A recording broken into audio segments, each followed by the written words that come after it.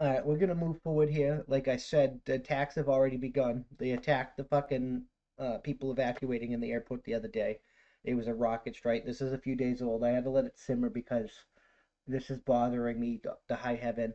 Millie should have you should have resigned in protest. You should have never allowed them to fucking abandon Bagram Air Force Base because it would have been a much better place to fucking pull this stupid ass botched retreat than it is now. We could have scuttled our equipment and not left anybody behind. But we shouldn't have never extended the goddamn deadline or been there fucking more than fucking a year anyway, because we found fucking bin Laden in Pakistan, and we all knew bin Laden was in Pakistan because all of our soldiers, when we were talking about it for 9 years before we found him in fucking Pakistan. This is fucking a disgrace. Winning. Everybody in this administration needs to be fucking held accountable. Leaving Americans behind to die, arming the world's fucking most savage and deadly fucking religious zealot militant group is a fucking, that's treason to me. Winning. No. Biden should be fucking held accountable for treason. His administration should be held. The press secretary, Nancy Pelosi, everybody that's currently in the federal government should be arrested for treason immediately. That's how winning is done. Even if like you should prove that, like, and then if you had nothing to do with this and you fought for it the whole time, that'll come out in court and you'll be good. But every member of our fucking federal government needs to be held accountable. They need to be removed, arrested, and tried for treason. Rockets struck the neighborhood near Kabul's international airport on Monday, part of ongoing violence in Afghanistan, where the Taliban has taken control of the country following the departure of U.S. forces. They gave names to the fucking Taliban. Winning. No. They gave Americans a list of the American treason. You suck. The rocket strikes on the Salimi Caravan neighborhood were followed by a gunfire, according to the Associated Press. The attack followed a U.S. drone strike on Sunday that targeted an imminent ISIS-K threat to the airport in Kabul, where officials have warned of additional attacks following the suicide bomb last month. Pentagon confirmed the airstrike on Sunday after multiple news organizations reported an explosion in a residential neighborhood near the airport. At U.S. officials said the airstrike Sunday hit a vehicle that included suicide bomber. And we'll get into this a little bit later, but you knew it was going to happen. You allowed it to happen. You told Americans to stay away, and you still allowed fucking like people like the United Kingdom and British people and stuff, the allies to come, and they got fucking hurt. You suck. It was a second known airstrike against ISIS-K terrorists since the suicide bomber on Thursday killed 13 U.S. service members and more than 169 Afghans near a gate to the Kabul airport. Stop calling it fucking ISIS. This was the Taliban. Stop fucking lying. The U.S. Embassy in Kabul had warned of a specific credible threat and urged those hoping to evacuate to leave the airport. See?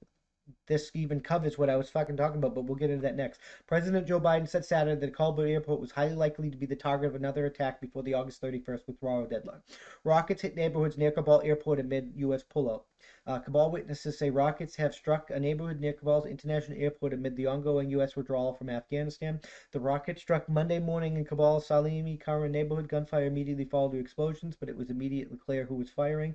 A U.S. drone strike blew up a vehicle carrying multiple suicide bombers from the Afghan Islamic State affiliate on Sunday before they could attack the ongoing military evacuation at Kabul's international airport. American officials said. An Afghan official said 3 children were killed in the winning. No. You suck. The U.S. is a withdrawal from Afghanistan by Tuesday, and we botched that. We left, but we left fucking people behind. We don't leave people behind. Winning. No. Former acting FEMA Administrator Robert Fenton Jr. will lead the Biden administration's effort to resettle refugees from Afghanistan. The Department of Homeland Security announced, yeah, we brought fucking refugees from Afghanistan, but we left Americans behind. You suck. Fenton, who will reportedly direct the DHS Secretary Alejandro Mayorkas, will lead a broad range of operations to resettle Afghans, including immigration processing, COVID-19 testing, and isolating and securing permanent homes for refugees who are neither American citizens nor permanent residents, DHS said. The Department of Homeland Security is prepared to serve as they lead federal agency coordinated efforts across the federal government to welcome vulnerable Afghans to our nation in a way that is consistent with our laws and our values. Mayorkas said in the statement, Bob has dedicated his career to public service and has decades of experience managing complex and critical important missions. He will help lead his interagency effort with the incredible adaptness and high standards of honor and integrity ain't leaving the fucking Americans behind to fucking bring in tribalistic religious zealots. Winning. No. Fenton has a long history of responding to national disasters, including Hurricane Katrina in 2005, wildfires in California, and 9/11 terrorist attacks.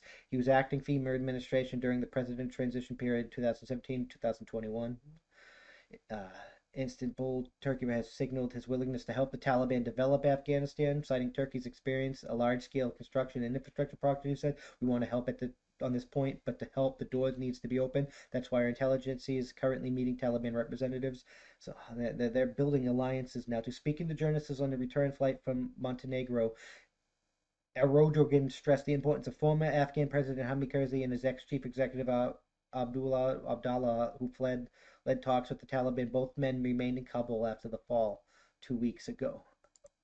This is a disaster. This is an unmitigated disaster. They're attacking. They're using our weaponry against our allies. You knew about it and didn't do nothing and allowed it to happen. You pulled out and left Americans behind. You're resettling non-Americans before evacuating Americans. Winning. No. You suck. This is a fucking disaster. You suck. The Taliban are building alliances with our enemies. Winning. No. You suck. They have our advanced weaponry. Winning. No. You suck. They were able to hold us off with, like, pitchforks and shit. I'm just being facetious, but they barely had any military equipment at all. Now imagine what these goat fuckers could do with the most advanced military equipment on Earth. Winning. No. You suck. Biden needs to be held accountable for this. Mark Milley needs to be held accountable for this. The entire fucking government advisory board needs to... That's how winning is done.